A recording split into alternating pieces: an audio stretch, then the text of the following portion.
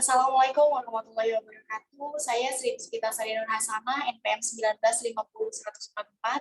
Di sini saya mau mempresentasikan hasil dari menganalisis potensi yang ada di daerah Kabupaten Karawang.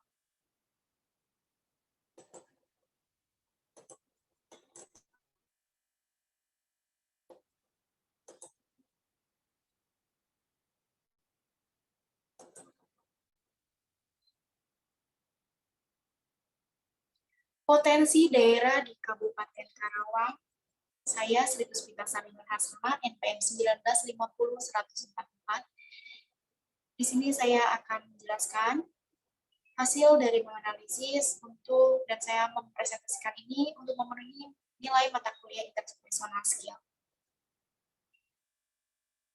Potensi di daerah Kabupaten Karawang. Kabupaten Karawang adalah kabupaten yang terletak di pantai utara Jawa Barat. Daerah ini terkenal dengan julukannya sebagai daerah lumbung padi. Hal ini dikarenakan daerah ini merupakan salah satu penghasil beras terbesar di Indonesia sejak zaman Kerajaan Dulu. Dahulu kala ketika zaman penjajahan Belanda yang terpusat di Batavia, Jakarta, Kerajaan Mataram yang terpusat di Yogyakarta mengirimkan pasukan untuk menyerang Belanda di Batavia. Dan daerah Karawang ini digunakan sebagai daerah transit untuk perbekalan makanan dikarenakan hasil berasnya yang melimpah. Cerita tersebut membuktikan bahwa dari sejak dulu daerah Karawang sudah terkenal sebagai daerah penghasil beras. Dengan kemajuan industri saat ini menjadi ancaman tersendiri bagi pertanian di Kabupaten Karawang. Daerah industri bermunculan di sekitar Karawang Barat dan Cikampek. Dengan adanya pembangunan pelabuhan taraf internasional di Utara Karawang sebagai perluasan pelabuhan Tanjung Priok Jakarta. Daerah pantai utara Karawang memiliki lahan padi yang sangat luas, yang sampai tulisan ini dibuat masih dipertahankan sebagai daerah penghasil beras. Secara kehidupan sosial Kabupaten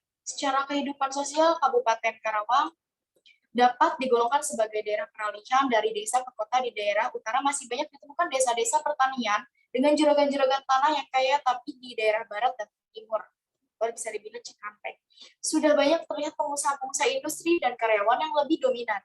Pendatang dari berbagai daerah pun sudah sangat banyak di daerah industri tersebut. Dari segi pola pikir, masyarakatnya pun daerah Karawang sudah tidak cocok lagi disebut dengan desa, tapi belum cocok juga bila disebut kota, sehingga daerah Karawang termasuk daerah peralihan. Penghasilan daerah Kabupaten Karawang cukup besar, terutama dari bidang pertanian beras, dan industri. Akan tetapi sebenarnya masih banyak potensi yang dapat dikembangkan di Kabupaten Karawang ini, tanpa harus meninggalkan kekayaan agraris yang dimiliki.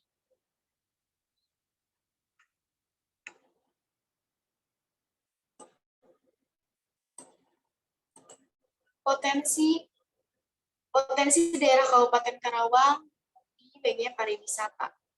Pariwisata di Karawang memiliki potensi yang besar dari segi sumber daya alam, manusia, ataupun pasarnya. Dari segi sumber daya alam di Karawang terdapat potensi wisata dari pantai, danau, sampai sejarah.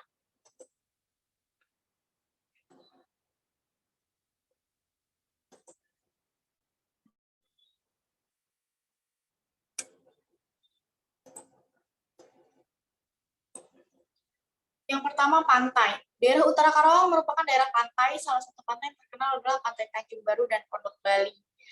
Kemudian ada gunung di daerah barat daya perbatasan dengan Bogor. Terdapat Gunung Sanggabuana. Di gunung tersebut terdapat curug, sungai yang indah, dan daerah perkemahan. Pemandangan alamnya pun tak kalah dibandingkan puncak Bogor, cuma bedanya tidak ada perkebunan teh seperti di puncak. Kemudian ada danau atau bendungan. Di daerah Karawang terdapat bendungan yang cukup terkenal di kalangan masyarakat, yaitu Bendungan Walahar. Tempat ini sering dijadikan objek wisata masyarakat karena lokasinya yang cukup dekat dengan perkotaan dan akses jalannya yang bagus. Di lokasi ini juga sudah terdapat rumah makan dengan menu khasnya.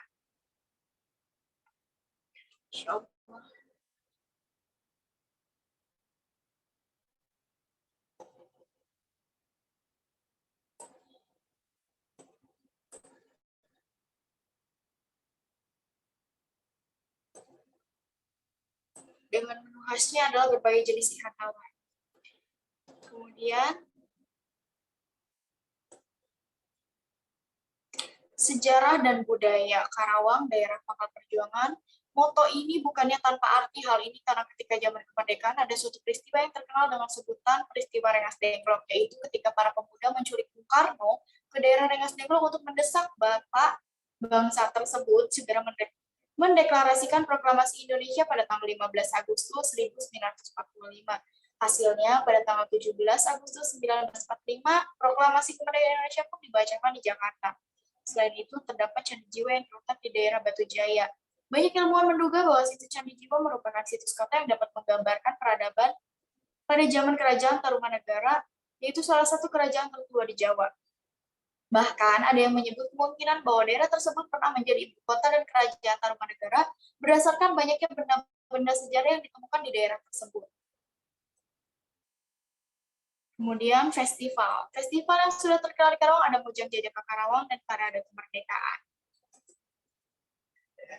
Selanjutnya yaitu potensi daerah Kabupaten Karawang di bidang bisnis. Yang pertama itu ada perhotelan. Di Kabupaten Karawang kini sudah ada beberapa hotel berbintang, beberapa di antaranya ada Resinda Hotel, Mercure Hotel, Bridge Hotel, Swiss Berlin, Hotel, dan masih banyak lagi potensi peluang usaha dan bisnisnya cukup tinggi. Dengan potensi wisata yang bagus, maka potensi bisnis hiburan di Kabupaten Karawang juga cukup menjanjikan.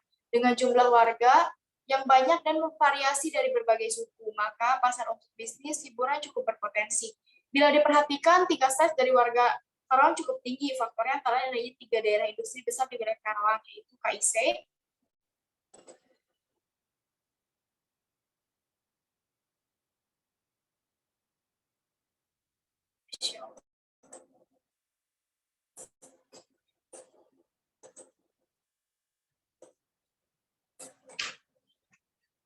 KIC, Pupuk Kujang, dan sebagian dari BIC. Kemudian ada pusat perbelanjaan di daerah Kabupaten Karawang. Perbelanjaan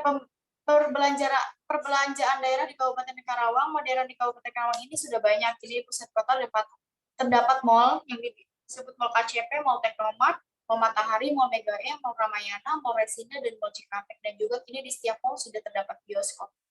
Kemudian bioskop di Karawang kini juga sudah ada bioskop besar seperti XX1 dan CGV, dan selalu menaikkan film-film yang up to date tentunya. Potensi daerah Kabupaten Karawang di bidang pertanian. Lahan pertanian yang sangat luas dapat digunakan sebagai penelitian padi nasional untuk mencari bibit unggul yang dapat tahan terhadap serangan hama dan kekeringan. Hal ini bisa dimulai dengan menjalin kerjasama yang baik dengan perguruan tinggi yang bergerak di bidang pertanian dan sosial. Hasil dari penelitian tersebut tentunya adalah pendapatan daerah yang meningkat, terutama dari bidang pertanian. Bahkan seharusnya Karawang bisa menjadi daerah lumbung padi nasional seperti pada zaman Kerajaan Mataram.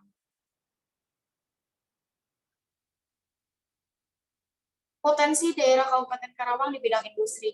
Industri di Karawang berkembang karena lokasinya dekat dengan ibu kota Jakarta serta menjadi pintu gerbang ibu kota Jakarta dengan adanya gerbang tol Cikampek.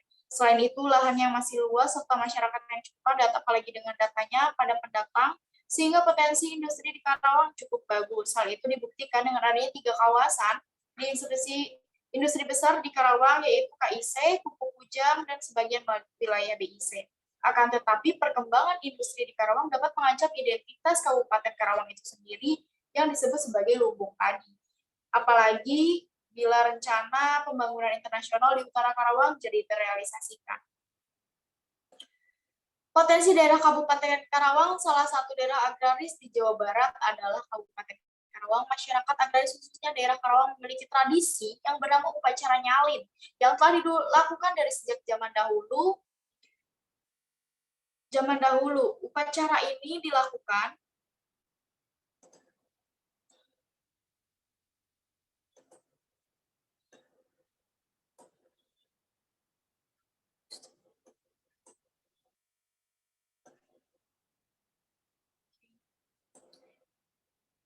Upacara ini dilakukan sebagai perwujudan rasa syukur saat waktu panen tiba. Kegiatan ini terus diwariskan dari generasi ke generasi sehingga dianggap bagian dari kehidupan suatu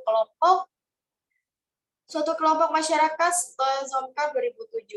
Kegiatan yang dilakukan di upacara ini adalah kegiatan menuai beberapa batang padi yang dianggap baik yang nantinya akan dijadikan sebagai bibit di masa penanaman berikutnya. Dalam upacara ini, padi dilambangkan sebagai Sang Hyang Sri, perempuan suci yang turun dari langit ke bumi, berganti menjadi Nyi untuk mengubah rasa sari cahaya kawasa dan memajukan umat manusia. Oleh karena itu, kedudukan Padi sebagai Nyi Pohaci Sang Hyang Sri dalam kepercayaan masyarakat sangat tinggi dan dihormati.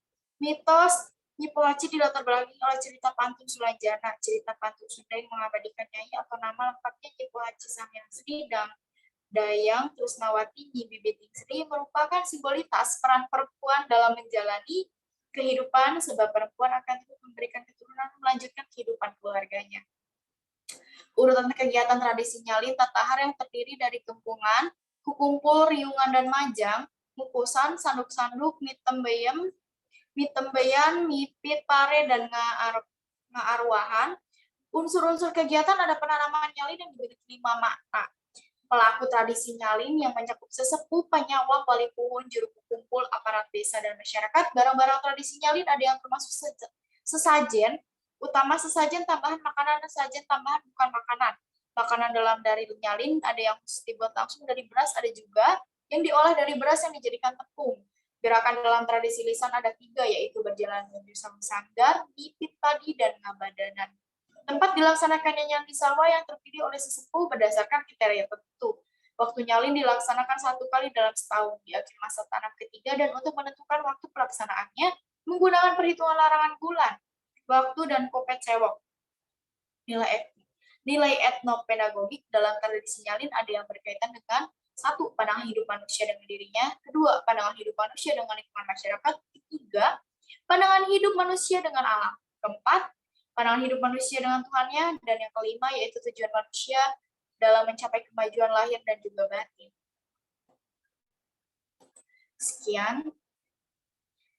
Sekian presentasi yang bisa saya sampaikan. Mohon maaf bila ada kesalahan dalam teknis maupun kata. Mohon maaf. Wabillahi taufiq wal hidayah. Wassalamualaikum warahmatullahi wabarakatuh.